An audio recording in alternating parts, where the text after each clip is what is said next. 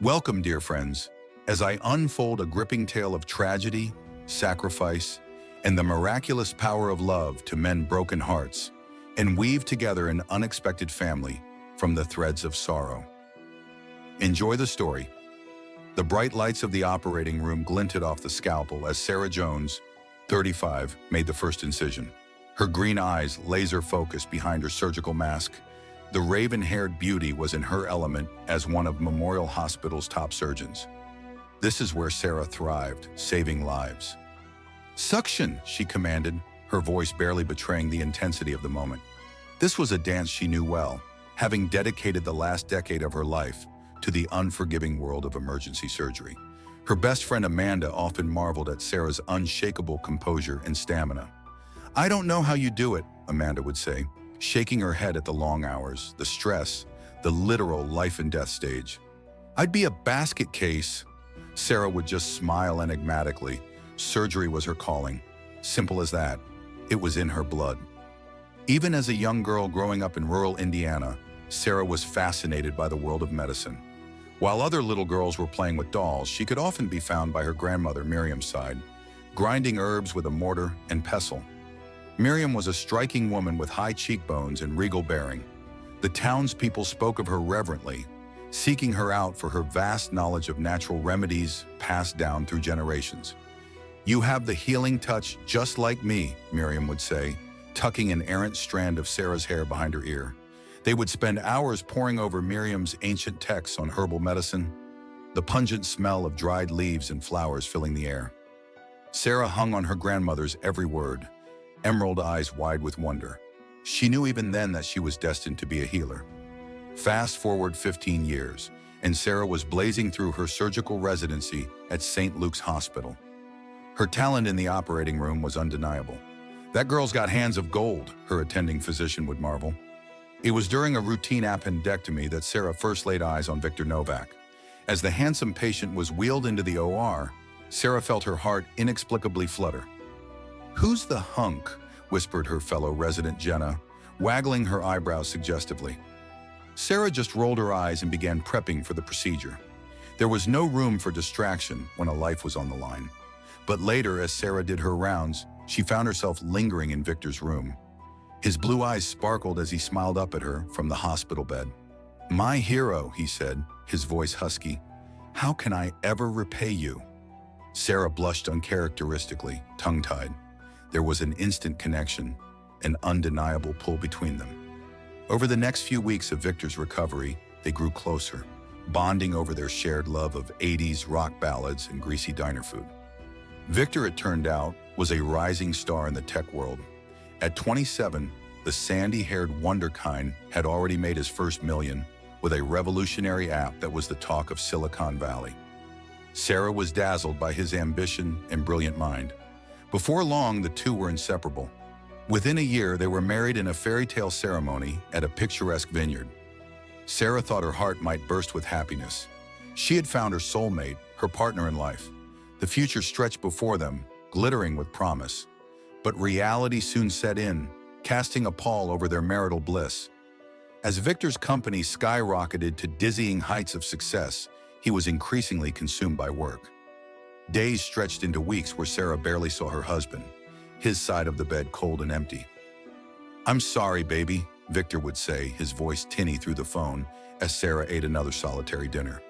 "I'll make it up to you, I promise. This deal is just too important." Sarah tried to be understanding. She really did. She was proud of Victor's success and didn't want to stand in the way of his dreams. But with every missed anniversary, every canceled vacation, every night spent alone, she felt her resentment growing. They had always talked about starting a family, but Victor kept putting it off, claiming he wasn't ready. "Next year," he would say with a reassuring smile, "once things settle down at work." But things never did settle down. Sarah threw herself into her work, finding solace in the rhythms of the operating room. If she couldn't control her crumbling marriage, at least she could still save lives. But even that was cold comfort in the face of her growing loneliness and despair. The call came on a balmy Tuesday evening. Sarah was just scrubbing out of a particularly grueling surgery when her phone buzzed with an unknown number. Frowning, she picked up. "Is this Sarah Novak?" a somber voice asked. "Yes," Sarah said slowly, her heart starting to race. "Who is this?" "This is Detective Hansen with the Coast Guard." Sarah's stomach dropped. "I'm sorry to inform you that there's been an accident." The world tilted on its axis as the detective explained that Victor had been on a boating excursion with some potential investors when a freak storm hit. The boat had capsized in the churning waves. Despite being a strong swimmer, Victor had drowned before rescuers could reach him. Sarah felt the phone slip from her numb fingers, clattering to the floor. This couldn't be happening. Just last night, she had left an angry voicemail on Victor's phone about another missed dinner date, and now he was gone forever. The next few days passed in a blur of grief and shock. Sarah moved through the funeral preparations like a zombie, unable to comprehend the finality of it all. She kept expecting Victor to walk through the door, that boyish grin on his face. "Just kidding, baby. I'm here now." But he never did. Sarah found herself standing by his grave, clutching a single red rose as the casket was lowered into the ground. She felt something inside her wither and die, like the final fragile flame of hope had been snuffed out. How was she supposed to go on without the love of her life? The days bled into weeks, into months, into years. Sarah threw herself into her work with a manic intensity, as if she could somehow outrun her grief. She was a machine in the operating room, performing one flawless surgery after another. But the emptiness inside her remained a yawning chasm that threatened to swallow her whole. She hadn't so much as looked at another man since Victor died. The very thought felt like a betrayal. Every year on the anniversary of his death, Sarah made the pilgrimage to Victor's grave. She would sit by the polished headstone for hours, tracing the letters of his name with her fingertip as silent tears streamed down her face. "I miss you so much," she would whisper to the uncaring granite. "Why? Why did you leave me? We were supposed to have a lifetime together." But the headstone remained impassive, offering no answers, no comfort. Sarah felt like she was drowning in her own sorrow, unable to break the surface. Would this pain ever end? 3 years to the day since Victor's death, Sarah once again found herself at Eternal Oak Cemetery where he was buried. But this time was different. She had a medical conference to attend and wouldn't be able to do her usual cleaning of Victor's gravesite. Spotting the elderly groundskeeper Michael trimming a nearby hedge, Sarah approached him with a hesitant smile. Michael had always been kind to her on her visits, offering a sympathetic ear and a gentle pat on the shoulder. "Michael," she said softly, "I hate to ask, but I'm in a bit of a bind. I won't be able to tidy up Victor's grave this time because of work. Do you know anyone who might be able to do it? I can pay, of course." Michael leaned on his rake, his lined face creasing into a thoughtful frown. "Well now, let me think. There's a young fella who's been hanging around lately doing odd jobs. Name's Frank. A bit rough around the edges, but a good lad, really. I'm sure he'd be happy to help out." Sarah bit her lip, torn. She hated the thought of a stranger touching Victor's grave. But what choice did she have? "Okay," she said finally. "If you think he's trustworthy, I suppose it's all right. How much should I pay him?" Michael waved a dismissive hand. "Oh, I doubt he'll ask for much. Poor boy seems down on his luck. Just give him whatever you think is fair." Sarah nodded, reaching into her purse and pulling out a few crisp bills. "Please tell him to do a thorough job. It means a lot to me." Michael's eyes softened with understanding as he took the money. "I'll make sure he does right by you and your Victor, miss. Don't you worry none." With a final grateful smile, Sarah turned to leave, her heart heavy. It felt strange to entrust this sacred task to someone else, but she had no choice. She could only hope this Frank person would treat Victor's resting place with the respect it deserved. A week later, Sarah returned from her conference exhausted but eager to visit Victor's grave. As she approached the familiar plot, her heart sank. The headstone was still covered in a layer of grime, dead leaves scattered across the untended grass. It was clear Frank had not upheld his end of the bargain. Hot anger surged through Sarah's veins, mixing with the bitter sting of betrayal. How dare he take her money and then just blow off the job? Did he have no respect for the dead? Determined to confront Frank, Sarah marched to the cemetery office, her heels clicking angrily against the pavement. "I need to speak with Michael," she demanded. The receptionist, a sweet-faced woman with a sympathetic smile, pointed to the back. He's out back, tending the flowers. Sarah strode back, her heart racing. Michael, she called.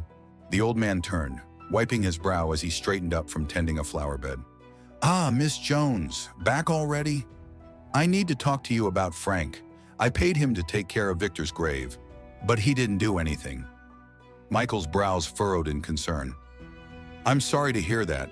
Let me talk to him, see what happened. As he turned to leave, Sarah's frustration bubbled over. I can't believe I trusted that kid.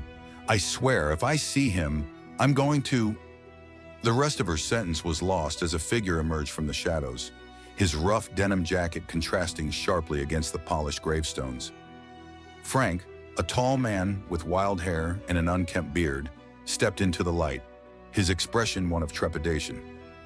Did you want to see me? He asked, his voice low and gravelly. Sarah bristled, taking a step forward. Yes, I did. I paid you to care for Victor's grave, and you didn't do it. You took my money. Frank's eyes widened in surprise. I thought someone else had taken care of it. I didn't mean to neglect it. It was an honest mistake. Michael's hand landed gently on Sarah's shoulder, offering her a moment of calm. Why don't you give the lad a chance to explain? He urged. Reluctantly, Sarah nodded, her anger simmering but still raw.